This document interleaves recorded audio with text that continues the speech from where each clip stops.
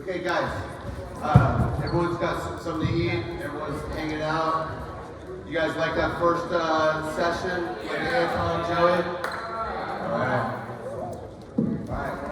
So we got a special treat for you guys today. We got Adonal Foyle, ex-NBA player, 12 years in the NBA, most of those with the Golden State Warriors. And I have some questions for him, and we're going to have a little conversation about his own journey, some of the things that he's doing today after basketball, some of the things that he did during basketball. And he's probably going to share some of his own messages for y'all today. All right, so let's give a round of applause for Adonal Foyle here.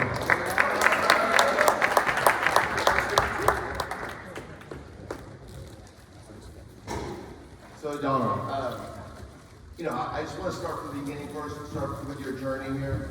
Here you are, you come from a small island in the Caribbean, and first of all, how did basketball find you there in St. Vincent? Or how did you find basketball? And let's start from there, and then from there I want to know, then you go from the beaches and the sun to Hamilton, New York, to Colgate University. How and why? Yeah, so, hi guys, how you guys doing? You guys doing okay? Thank you for having me. So, I grew up in an island, about 500 people in the whole island. So you could pretty much run from one end of the island to the other in about 30 minutes. The island is called Cameron.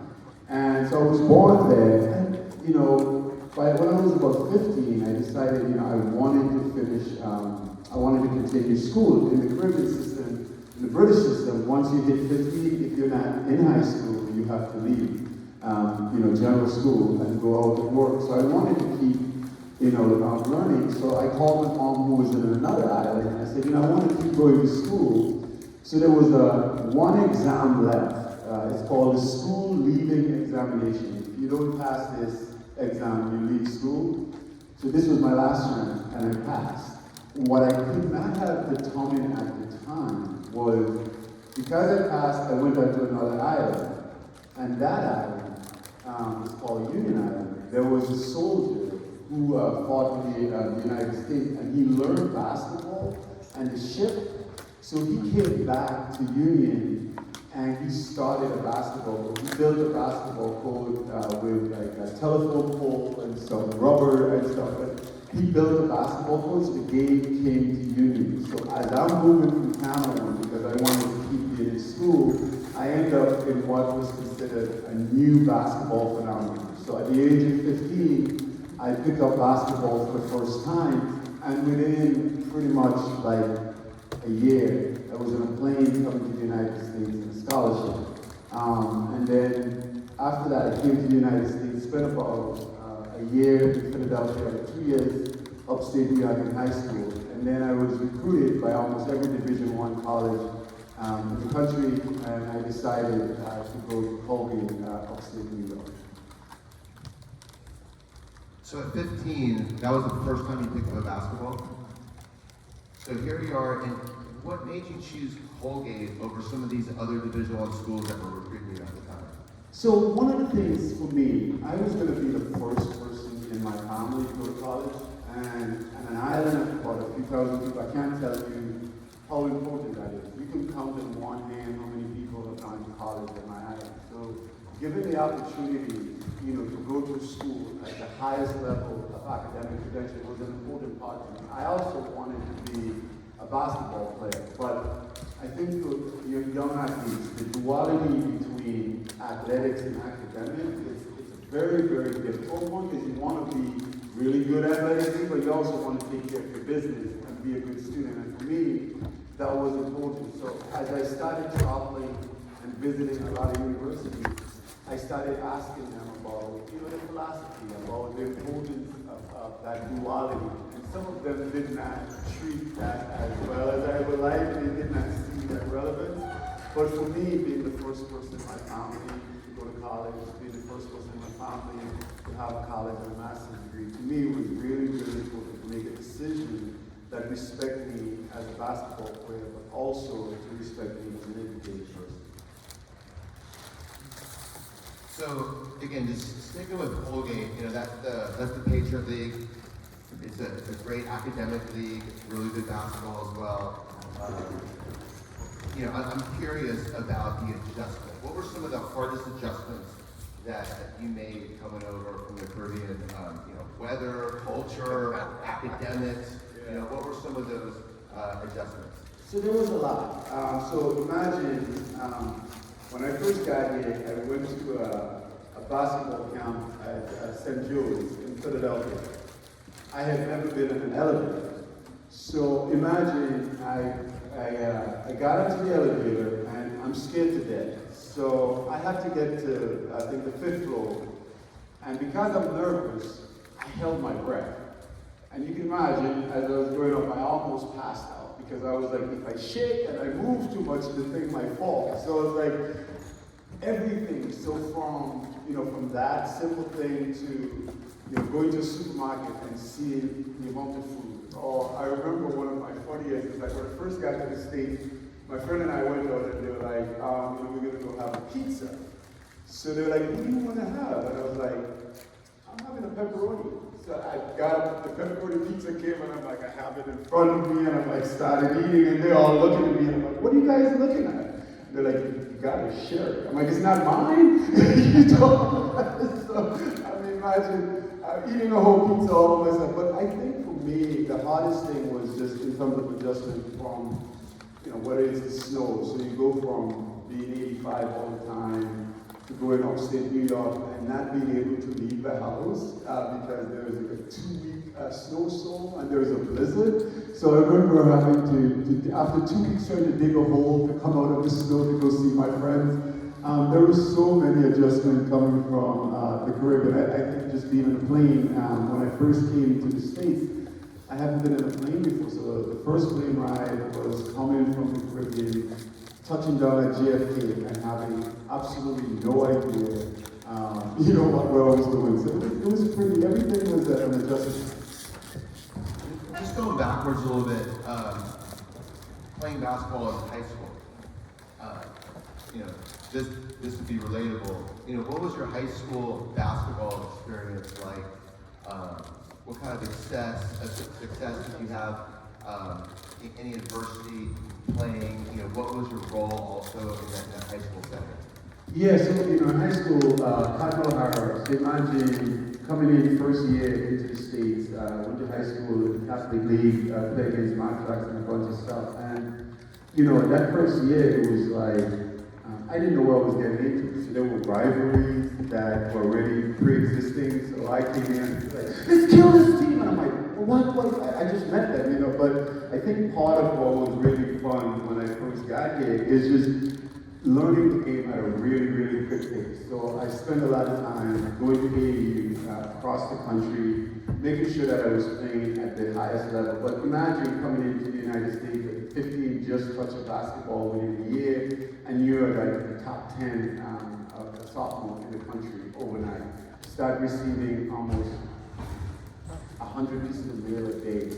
By the time I got to high school, I had over probably 50,000 letters from colleges all across the country, 3 garbage bags filled, right? So, I mean, it's a really daunting thing, but it changes you instantaneously. But for me, it was really crucial to focus on development, so going to a lot of camps, going to a lot of AAU and playing a lot of ball, but understanding how to do it where you're going to have injuries. So for me, in terms of resilience, my whole career, I think, for me, was about resilience. Because I started late, I was always behind.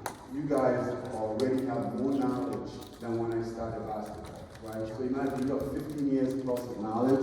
I started at 15, so by 20, I only had 5 years of knowledge. So for me, the game is a constant improvement, constant knowledge, constant learning. And if you think it that way, and you treat it like, if I could just keep learning, I was better. So by the end of my career, when everybody's bored and tired and run out, I'm like, I'm still learning. I want to keep playing. Right? Yeah, that shows also just the love you have for the game itself. And maybe as that helped by starting a little bit later in your life playing basketball. That's interesting. I was looking at your stats at Colgate, and really incredible stats at Colgate. and I noticed that you played 3 years there. Why not 4? Did you come out early? What was the process in that? What made that decision come to? Yeah, so imagine, so my plan when I went to Colgate was to stay 4 years. But in my family, we have this thing which was, if any circumstances change, you change and you ask questions. So after my 3rd year at Colgate, I got a call from the commission of the NBA. Imagine, so my coach called me, said the commission wants to talk to you, and I started laughing. I thought it was a joke. And things like, you really have a good chance of becoming a ladder. And I just started laughing. I really didn't believe that it was true. And then, my coach was like, look at the number, and I saw it was a New York number. It was actually the commissioner. So when the commissioner says you have a chance, to be a lottery pick in the NBA, you change. You have to have a conversation. So I remember going home, talking to my family, and saying, I have to do it. We really have to consider it. And what we decided was that it was too big an opportunity to miss at that point. But the first thing in my mind was, okay, so when am I going to finish my college degree? Because I cannot go back home and tell my mom I did not finish my college degree. So I decided to go out early, but I finished my college degree at UC Berkeley. So I went to school there and finished there. And so, you have to think differently about when opportunities come up, you have to take them seriously. So I felt that that was the most responsible thing to do, which was give myself an opportunity to be an NBA player, which is a very rare thing, but also give myself an opportunity to finish my college education so my mom does not kill me. Well, also looking at the stats, if I remember correctly, after just 3 years, you were the all-time leader in the nation career block shots. Is that correct? Yeah, and just so I feel very conflicted about this because the people who are there in 1 and 2 spot now, I think they're all played 4 years plus. So I feel like it's still mine a little bit, but okay, I won't be petty about it. Exactly. There's an asterisk. Yeah, there's definitely an asterisk. Making your transition from Colgate to the NBA, in college, you were probably playing somewhere around, 30, 35 games a season, and then you're jumping into an 82-game season. Why don't you tell me a little bit about that transition? How did you prepare for an 82-game season versus, a 30-game season the previous 3 years? Yeah, when you get to the NBA, you can't really prep, right? It's just like, it's really immersion by fire. So imagine my rookie. So you go from Colgate, there may be 10,000 people in the stands, maybe less than that. And you go to the NBA and there's 20,000 plus people. You are playing with people you idolize. You're playing with people that are bigger, better, stronger, faster, right? You're playing with people who have more knowledge than you. And you're playing with, the game is moving so fast. And it's like almost 3 steps ahead of you. So you're trying to learn, you're trying to catch up, you're trying to be mature, you're trying to find a spot on the team. It is such a daunting thing. Transition, I think, by its very nature, is hard. And so moving from college to the NBA, it's daunting. No one can prepare for it. Just the fact that, you can play 30 plus days, and then you get to January, February, you realize you have 82 plus games, plus exhibition games, plus playoff, plus a run to the championship, all of that. So you're talking about months and months of basketball.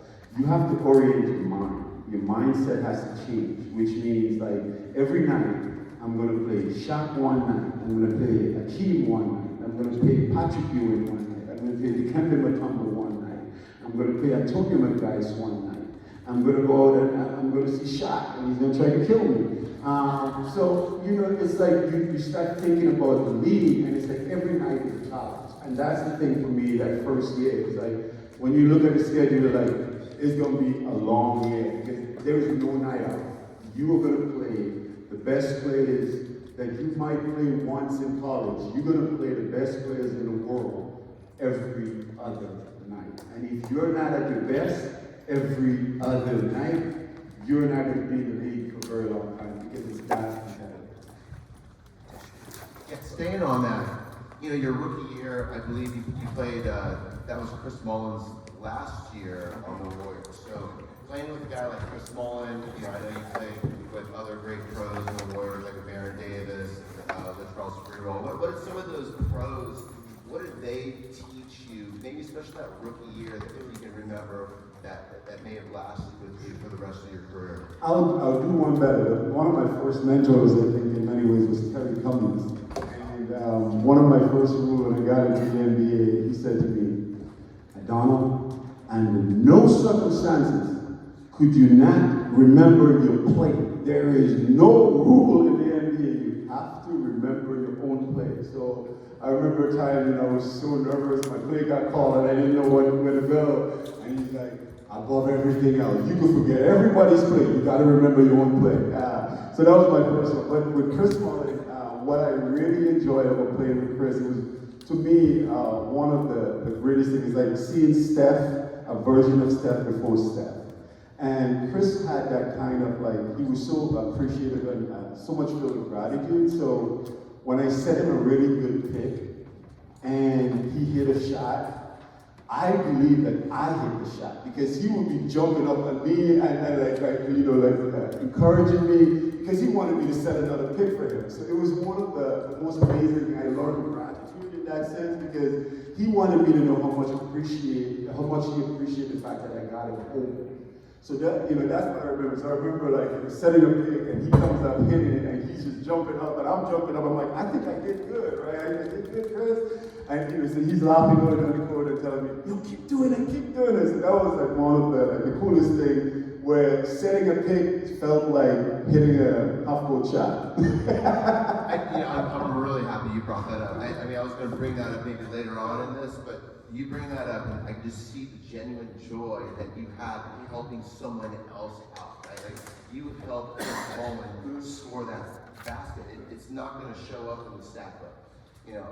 On our high school teams, there's going to be lots of those types of role players where the coaching staff is going to ask them to, hey, you're going to be the connector. You're supposed to swing the ball to the other side. You are going to set screens and roll. You might not even get the ball on the roll. You're going to make sacrificial cuts, burn the cuts, and it doesn't show up. But in doing so, you are helping the team out. You're helping that other player score. Again, I see the genuine joy in you in doing that, right? Like your name wasn't called often on the offensive side. How were you able to be a star in that particular role? And what advice do you have for some of these kids out here today being a star in that role where it's not so-called glorious? So my dad, when I was very young, when I first started playing basketball, my stepdad, I made a defensive move. And it was a simple move. I made a move, the guy was coming down, and I made a move, and I cut him off. And I put my foot right outside of the line. And my dad made a highlight tape of it when I was in high school because he said, that is an amazing thing. No one will appreciate that, but I want you to know I appreciate the fact that you step out of bounds and made sure that guy could not get to the other side, right? And I think part of what we don't do a very good job of is to tell people that there are two sets of skills when you're a basketball player. There are physical skills, right?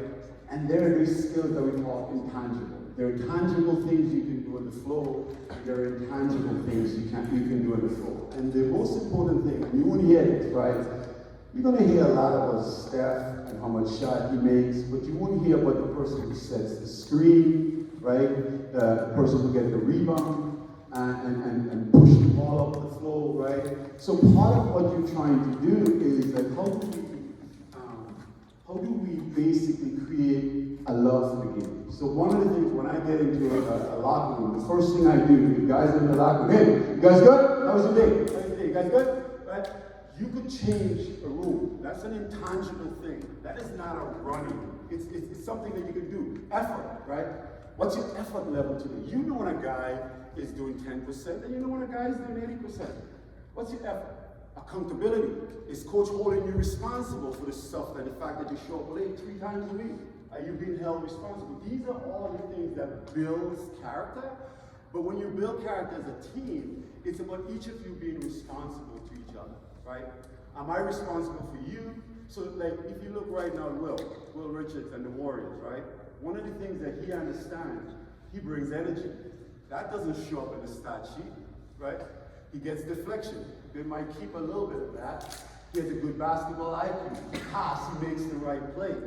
You're not going to see a lot of that. But what I see is a person who comes into the league, gets 31 in one night, but also understand that what's going to keep him on the flow when you have all the greatest shooters in the world is what you can bring that is intangible. Could you bring energy? Could you bring effort? Could you bring basketball IQ, right? Could you be the guy that is in the locker room, that guy that makes sure that everybody is ready? Could you be the guy in the court that is telling people, to your right, screen left, right? When you listen to the Warriors, you can hear Draymond saying that almost every play. That doesn't mean anything for the score sheet, but for a coach who wants to give you minutes, man, you make his day. You get time, you get minutes. All right, guys, that's a mic drop. Yeah, right there. Hey, let's give it up for. No, that was great. And guys, just so you know, I did not pay him to say that. Okay. I really appreciate you saying that. I think it's very meaningful. We definitely have guys like that. We definitely appreciate that. I think it means a lot for coaching staff also to recognize that and to appreciate that out loud, as well as, like you said, the players appreciating players when they do stuff like that. You know, I watching the Warriors, I know you're a panelist of the Warriors and you comment on them. Are there players that you notice on the floor that verbally appreciate those little things? You know, do you have any stories on that, or can you give me an example of that? Yeah, you know, I mean, I think that part of the game when you're a big man, I remember one of my, my funny stories that I have is about my Mookie story. You know, as a big man in the league, you know, Mookie wanted to, as a point guard, he got in a fight, he was going to get in a fight with another person, right? So he came up to me and he says, Donald, I need you to hold me back. I just can't go out there and not respond to this guy challenging me. So he says, no, I am going to go and I'm going to pretend I'm going to get into a fight, but I need you to hold me. And no matter what I say, you cannot let me go. Right? So this is very confusing. So he's like, I'm going to beat you up. And I'm like holding him, like, let me go. Don't let me go. Let me go. I'm like holding him, don't let me go. So it was like, it's one of the most amazing things, but it's like, I think with sports at its best, it is like, there is a relationship between the players that will never be like any other thing you will experience as a player. And those relationships, they're honestly, they're enduring if you allow them to. So that's one of the things that I want you guys to remember, is that you're having relationships with people that may last generations, right? Or may last years. You may go to college, you may not remember, but you might. And you might maintain this relationship. And I think that it was important as well. Well said. You know, I want to go back into some of your playing days, and you know, you played along with some great scorers on your team: Antoine Jameson, Gilbert Arenas, Jay Rich, Baron Davis. You know, what separated some of those elite scorers from the rest? And then, you know, you see them today too. You see the Stephs of the world and the SGAs. What's some of the separators? I think one of the things for me that is unique, especially for athletes, Your mindset, right? How you approach the game. Do you have a mindset that is stagnant, or one that is more growth, right? So part of like, when you see Steph, it's not that he's not nervous, right? It's not that he doesn't have anxiety. It's that he's able to turn that anxiety into something meaningful. So the thing that I want you guys to understand is that we all get scared. Just coming up here, I'm nervous, right? I've done this in a while, so I get nervous, so I take deep breaths, right? You go in the court, you have a big free throw.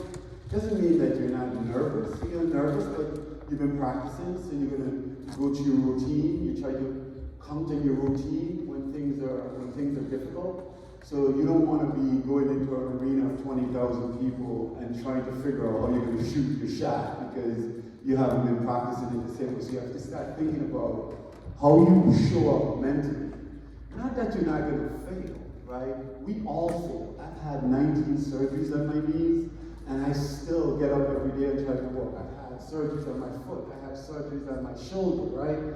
But it doesn't mean you quit, right? There is other ways you can be of service to your team, and it's always finding out what's the best way to do that.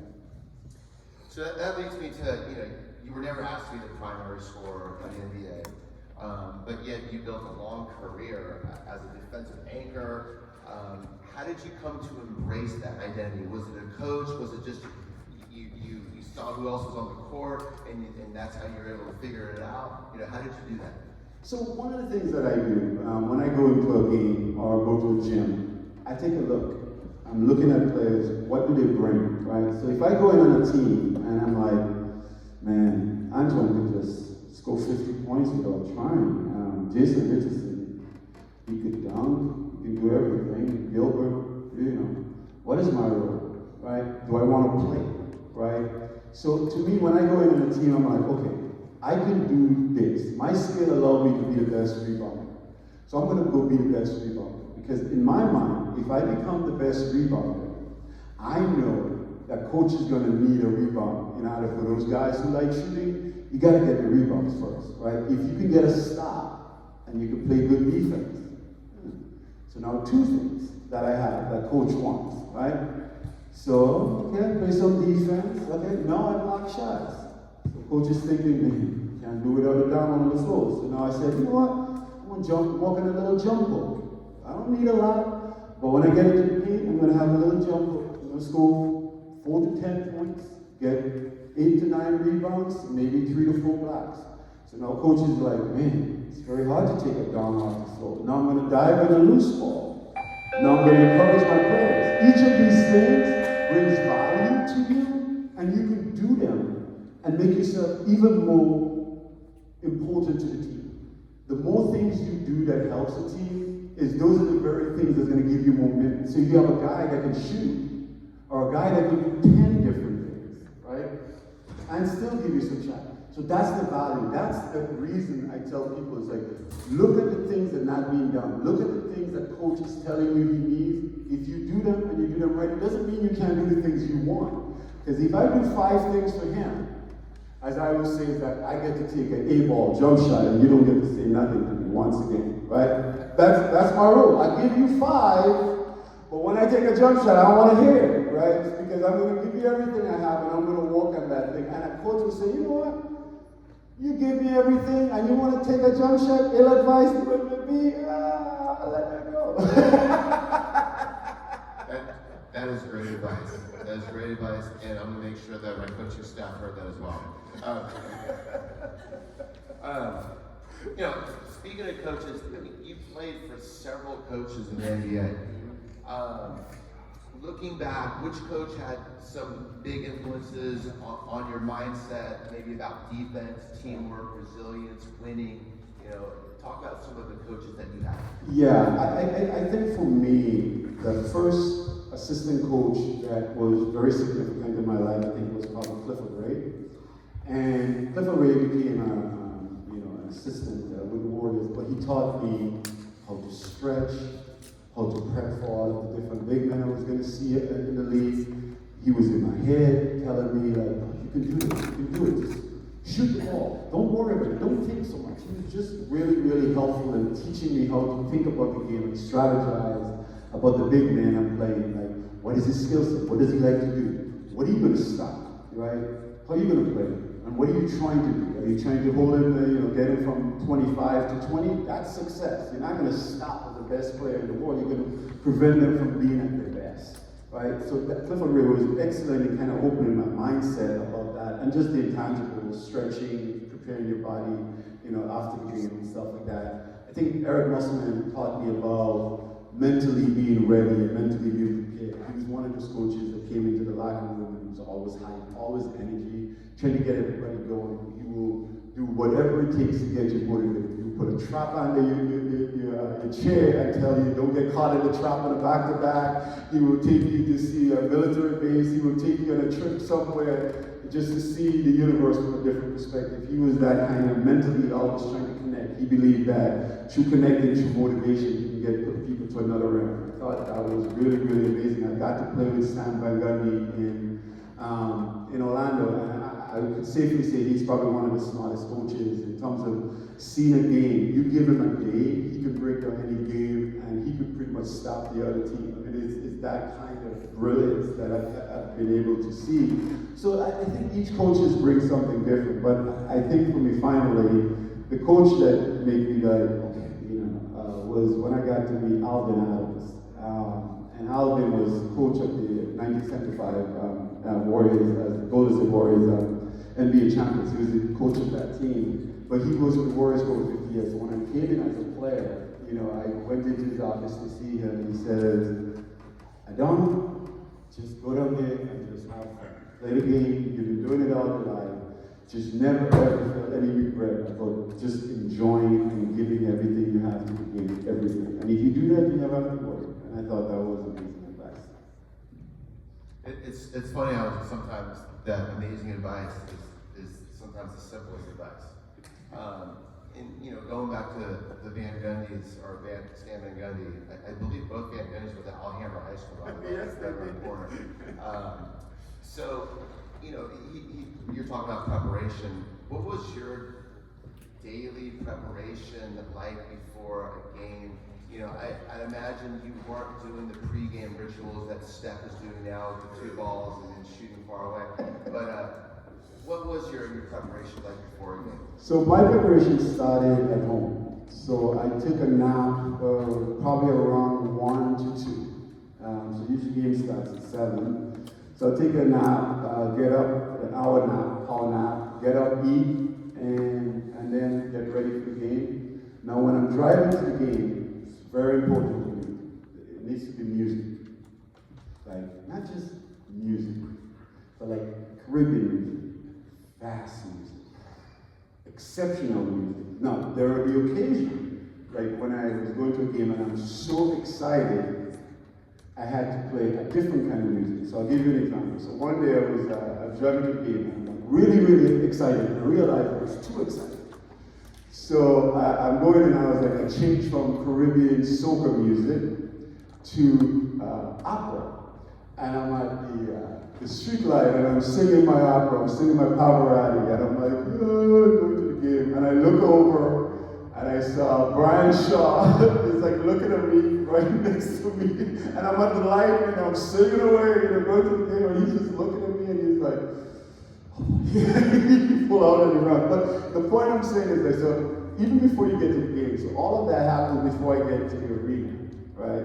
You need your routine. Now when you get to the arena, and next routine kicks in. So once I check in, I change, then you go into your warm-up, so you got your big man coach, you go start doing some miking drills, you start trying to take care of the scouting report, and then right before the coaches meet, I will take about 5-10 minutes and just sit in my locker room and try to make myself as small as possible, close everybody out from around me, and just stay present, trying to figure out what I was going to do when I get into the game. Because I didn't always start, so sometimes I'm going to get into the game and I may have 3 to 5 minutes to make an impact.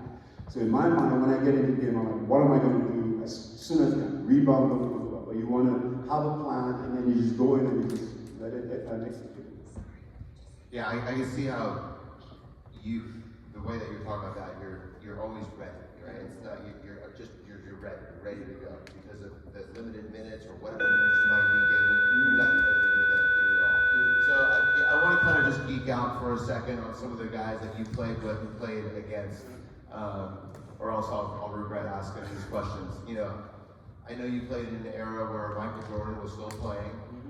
Other great players, the Patrick Ewings of the world and others, Shaquille O'Neal.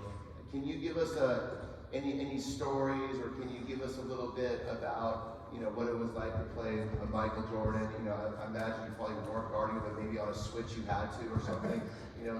What can you tell us about some of the greats that you played against? Okay, I'll give you a good Michael Jordan story. So when I was with the Warriors, we're having a really, really good game. We're beating the Bulls. And by the half, I think we're up maybe 7-8. And we're in the Oracle locker room, so we're in the back locker room. As I was coming out, I could hear Michael in the visiting locker room screaming at his teammates and like why he wasn't going to lose. We got into the second half of the game. I think 5 minutes into the game, we were down because Michael took over, right? I mean, that kind of competitiveness was so visceral. He hated losing. We had the same agent, so I got to know this for a fact. He does not like to lose. But the way he approached the game, his mindset to the game, he will find any reason to whoop your behind. If you say to Michael, man, Michael, you're one of the best players I've ever seen. One of the best? I'm going to have to teach you a lesson. So I am the best, right? Not one of the best. So the littlest thing, he was always ready to prove to you why he was the best. I just think that kind of mindset is very rare in today's game. And, you know, I got to play Shaq. Shaq was probably one of the fastest, biggest skilled big men that we've ever seen. He has changed the rules in terms of dunking and the rims we have now, they're all shot-proof because of what he did his first year in the league. In terms of his ability and size and what he can do, I remember when I first started playing Shaq, I remember like being so like hurt the day after. It's like I was bruised. It's like I was in a physical street fight because of how competitive it was and how strong and just agile he was as an athlete. You know, I want to go into just kind of life after basketball, and then I'm going to go into a lightning round that I'm going to call the block party. Okay. You know, since that's what you're known for. So, you know, now that you're an analyst, you're seeing it from a different perspective. How did you make that transition to? Did you always know you were going to be an analyst or a commentator, or like what made you go into that after basketball? Why not just go back to the Caribbean and you know, take up surfing? So I have to tell you guys, when I retired from Orlando, I remember telling my GM, I said, I'm going to retire. There is a nice hammock in the island waiting for me. I'm going to go lie in that hammock and I'm going to retire from basketball and everything. And he just started laughing. And I'm like, why are you laughing? This is a good plan. I'm going to go to the island, I'm going to be in a hammock, and that's going to be my retirement. And it was Otis Smith. And he said, that's nice, Adonal, but you're going to come be a director of player development for me. And I'm like, no, I'm not. And so he's like, yeah. So I ended up becoming player development for Orlando. Same thing, you know, when it comes to like, when you leave the game, I went to ABC to do a fill-in with Larry, and Nate Thurman was there. And Nate and I sat down and we were talking while we were prepping for the game, and I said, I don't know if I can do this stuff. I haven't done this stuff before. And Nate looks at me. Nate, as you guys know, I had a quadruple double, a great basketball player for the Warriors. And he said, Adonal, you've been playing basketball for over 20 years. You tell me you can't talk about the thing you've been doing for 20 years. And it was just like, okay, I guess I'm gonna do some analytical work. Well, you're a natural. You're a great speaker. So, you know, I also know that, you know, beyond basketball, you've done some great humanitarian work. You know, I read that you have been inducted to the World Sports Humanitarian Hall of Fame. I mean, that's incredible. Let's give it up for that.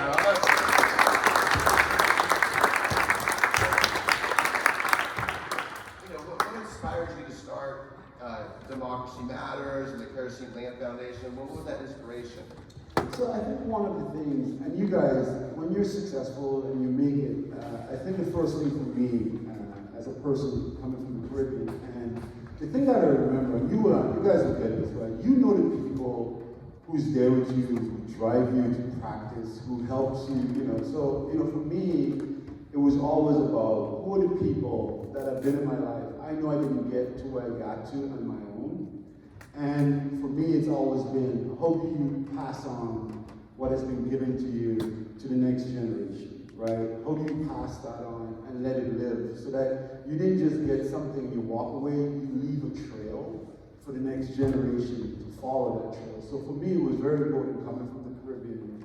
You know, two strangers, two college professors met me, adopted me, bring me to the United States, educate me, and give me an opportunity to change my life forever. I felt that the least I can do was to play that forward and to make sure that there was a path to the next person and make sure that people understand that you don't have to be successful and it being different. You can be successful and be purposeful. And I like to play it forward because I want to see you guys be better than me. I want to see you guys become the best version of yourself, and the only way you can do that is to have opportunities to do that. That's what I've learned, and that's what I've tried to make possible through all my work through my foundation work. I could just sense and feel the gratitude and appreciation that you have, and I really appreciate that about you and sharing that story. All right, so I'm gonna go into this quick hit lightning round, and then I'm gonna open up for questions from these guys, if that's okay with you. All right, okay, so quick hits here. Toughest score you ever had to guard? Okay. Amari Stoudemire. Amari Stoudemire, okay. Favorite teammate? Ooh, that's gonna be a tough one. It's gonna be between JJ Redick and Eric Duncan. Favorite memory from your playing days? The We Believe coming in after beating Dallas and the entire arena 2 hours before the game is shaking. Everybody just shaking. I'm like, the game doesn't start for 2 hours. Didn't matter. Everyone was there early, and it was just the most amazing thing to experience. Yeah, that was definitely a special time. I definitely went to some of those games. That dunk that Baron Davis had on what was it? Carolina. And guys, if you've not seen that, go YouTube that. That Baron Davis dunk was absolutely sick. Okay. What's even better is me and the side woo. Pre-game ritual. Music and something funny. I usually find a kid in the audience, wherever arena I go to, and I try to dedicate my game to that kid. So I'll play catch before the game. I do that all over the country. I still have like people coming up to me. I'm like, you don't remember this? But when I was like this age, you passed the ball and I scored it. You know, so it's like you never know the ripple that you create by being positive in the world. So. Okay, 3 more here. Proud basketball-related accomplishment. Proud basketball-related accomplishment. Oh, that's a good one. I would say getting a college degree because of my education. Who's your hero? That's a hard one. So I have a few. My stepdad, Jay Mandel, but it's also Martin Luther King. And for me, for history, I studied British history. So one of my favorite people in British history is Sir Thomas More. And I just thought he changed the world and how he, viewed power and the importance of integrity and being true to yourself. I'm gonna have to look that one up. But thank you for sharing that. And then lastly, what advice do you have for our Falcon players here today? Any advice, any last words before we open up for questions? Yeah, so guys, like transition is hard. You guys are gonna be taking a big step to your future, and it's hard. It's not supposed to be easy. But I want to remind you of a few things. One is that there are people who care about you and will help guide you if you ask, right?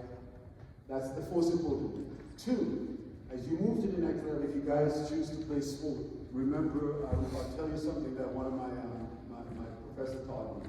Every professor in college that you're going to go to is more than likely teaching for the better part of 20 plus years, which means they all have the syllabus.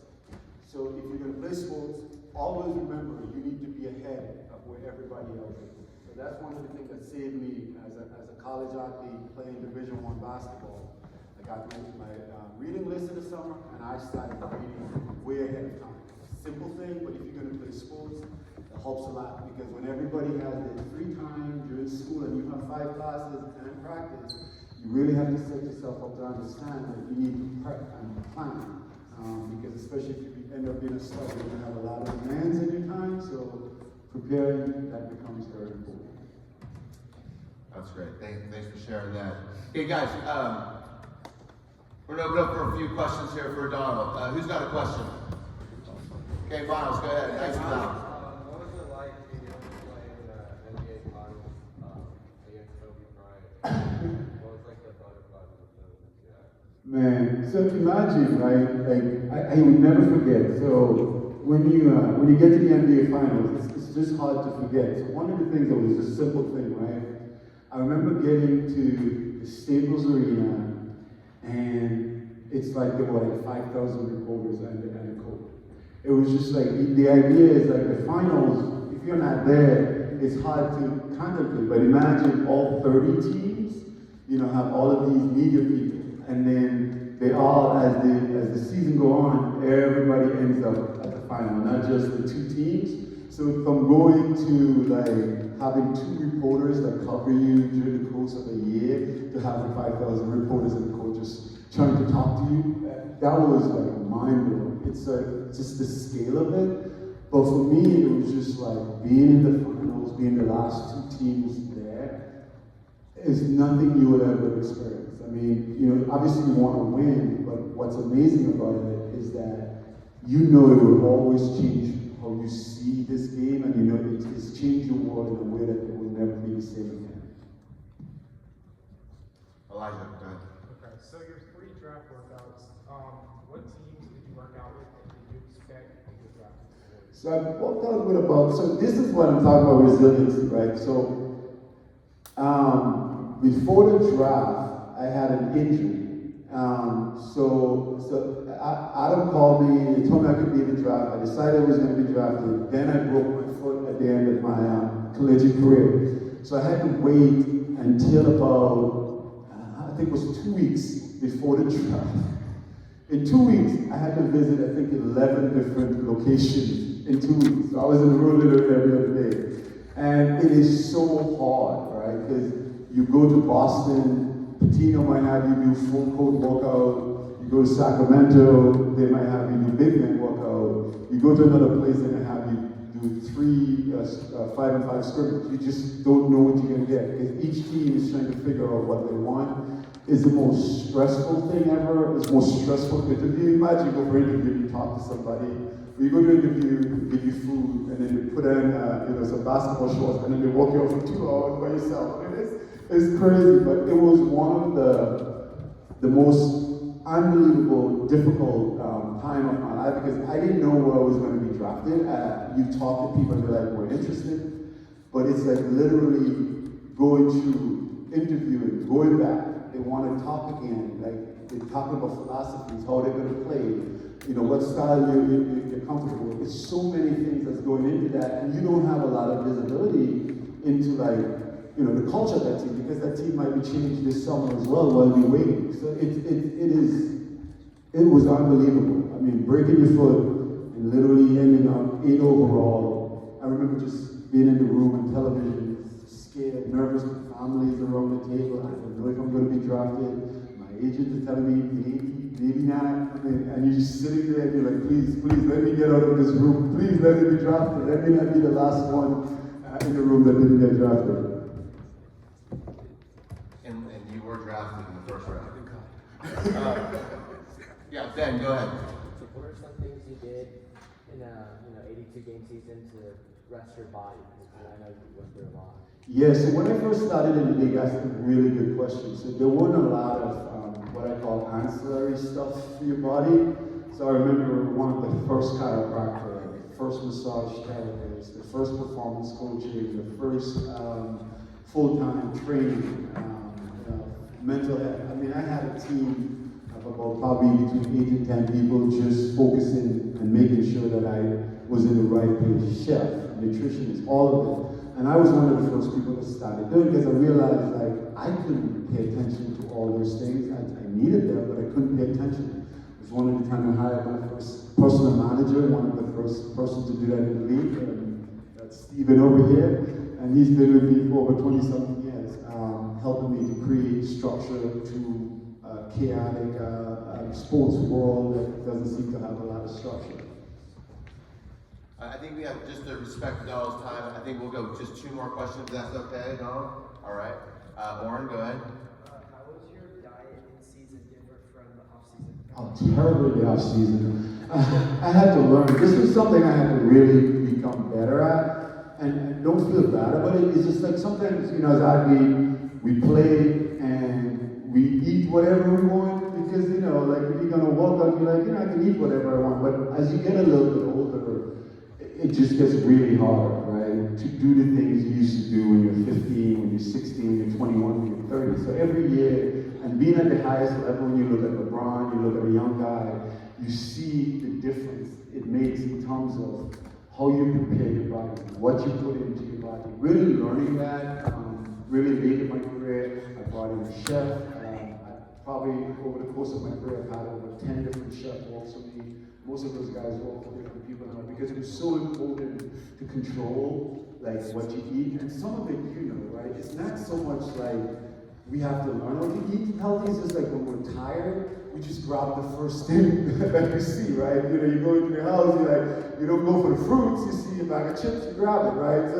So things like replacing the chips with fruits, you know, making sure that there's water in the places so you can keep drinking as much as possible. So just being mindful of what's important to get the best out of your body.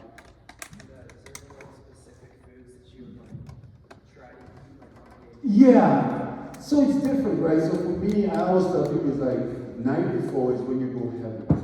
So I was one of those players that some guys can eat a giant meal and go play. I couldn't. So what I tend to do, I eat pasta the night before, right? And then the day after, it's much more calm. So I eat usually chicken, salad, something that's not going to upset my stomach because you don't want to go out there and have a tummy ache. You want to be consistent so you know, like, this is what my body is going to do. So to me, it was all about when the timing of food and when it's best to eat. Is it 2 hours before the game? So having somebody being tactical and what exactly is the easiest thing to get done and kind of like get into your system quickly. Okay, Ryan, will this be our last question, and then also if we can just take one group photo with you, that would be much appreciated. Ryan, go ahead. Okay, that's a great question. So I'll tell you guys this, right? When I first got into the league, I saw my coach got choked by another player. And I think the following few months, I went and signed up. I went and signed up for a sports psychology program. I became a sports psychology coach. And part of that was I wanted to understand like the role that the mind played. So much of what we do in sports is from the shoulder down, right? If you think about it, you train from the shoulder down, almost always. But what happened to the shoulder up? And that could be just as important as the shoulder down, the shoulder up. So this controls so many parts of how you prepare yourself, how you approach the game. It's not here, it's here. When you go in a pool and you see somebody bigger, better, stronger than you, right? You can either run, or you be like, you know what? Let's see what happens, let's engage, right? That's I think, is what you're trying to get to. Hey, that's a great way to end it on. I really appreciate that. Listen, you had a tremendous career, and I think what embodies like you the most is kind of like the name of this. I mean, I named this Growth and Grit Day, and you know, you have tremendous purpose, growth and grit yourself, and I'm really just really blessed that you were able to make time for us and share some of your wisdom and message and stories. So again, thank you so much for coming. I'm glad that you're part of our community now, live in this area. You know, I saw you were at Jack's the other day. So, you know, you're welcome to come here anytime you want. And I want you to know I've been trying to fire my assistant coach over there for a long time. So if you want to come take this place, there's a spot for you on staff. There's a spot for photographs. Let's give it up for Adonal.